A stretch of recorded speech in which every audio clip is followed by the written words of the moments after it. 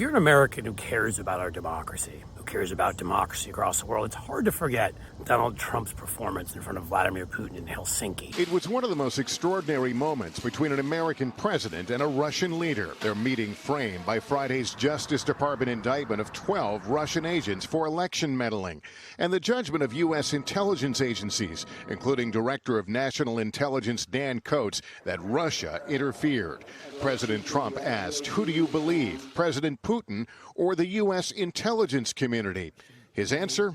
People came to me, Dan Coats came to me and some others. They said they think it's Russia. I have President Putin. He just said it's not Russia. I will say this. I don't see any reason why it would be. And the president complimenting an offer from Putin. I will tell you that President Putin was extremely strong and powerful in his denial today. And what he did is an incredible offer.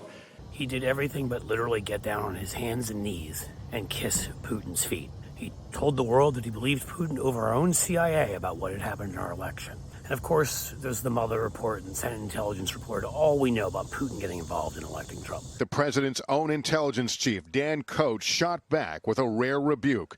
We have been clear in our assessment of Russian meddling in the 2016 election, and we will continue to provide unvarnished and objective intelligence in support of our national security. The problem is he's been doing this across the world. Meddling among the flashpoints that have helped sink U.S.-Russia relations.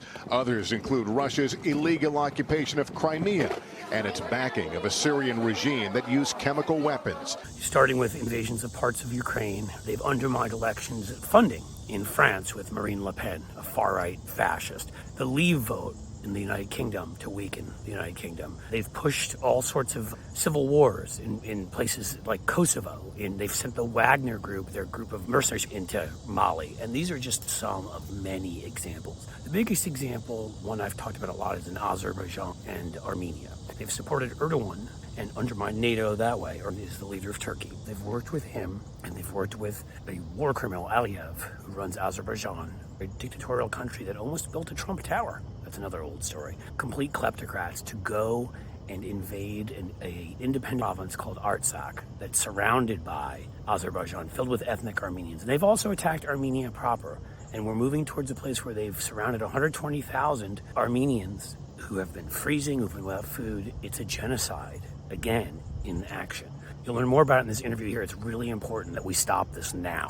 There was a fascinating report on this from the Senate Intelligence Committee back in 2018, where they laid it all out, all of the countries that Russia has manipulated events to support a regime that's conducted attacks. Right now, as we talk, no one is reporting, at least as far as I can see, on what's happening in Azerbaijan and their attack on Armenia. Is that, as you step back from all of your reporting, the connection point that you see here from Kosovo through Georgia, through Ukraine, through Armenia, that Putin is lurking in the background here, manipulating events to recreate the UR? Yeah, I don't think there's really much argument against that view. And it goes back even before Kosovo, for that matter. You look at the U.S. invasion in Iraq, and Russia was opposed to that at that time. They basically argued that Iraq was a sovereign country. Putin signaled then that if the United States does this, we're going to put this in our pocket. The lessons that Putin took from the U.S. invasion of Iraq that he's also applied over the years was the notion of might makes right. So that fueled more of his notion of building strength, of putting yourself in a position where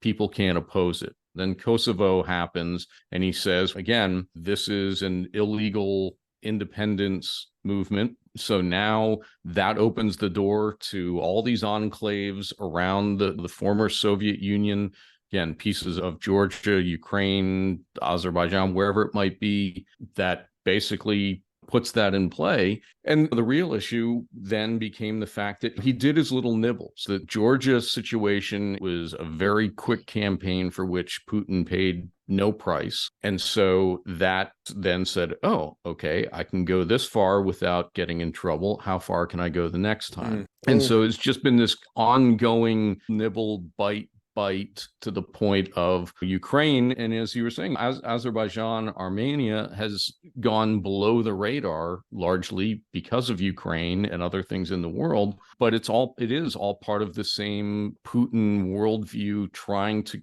recreate as much as possible of the former orbit and the global power that was the Soviet Union. This is all part of a grand scheme of Vladimir Putin to weaken democracy and have a league of autocracies around the world. What's going on right now with Azerbaijan is key because they're close allies with Turkey and Erdogan, the worst NATO member, who probably shouldn't be in NATO. And Putin is behind a lot of this. In fact, Aliyev was meeting with Putin the day before they launched their attack on ethnic Armenians. We need to stop it.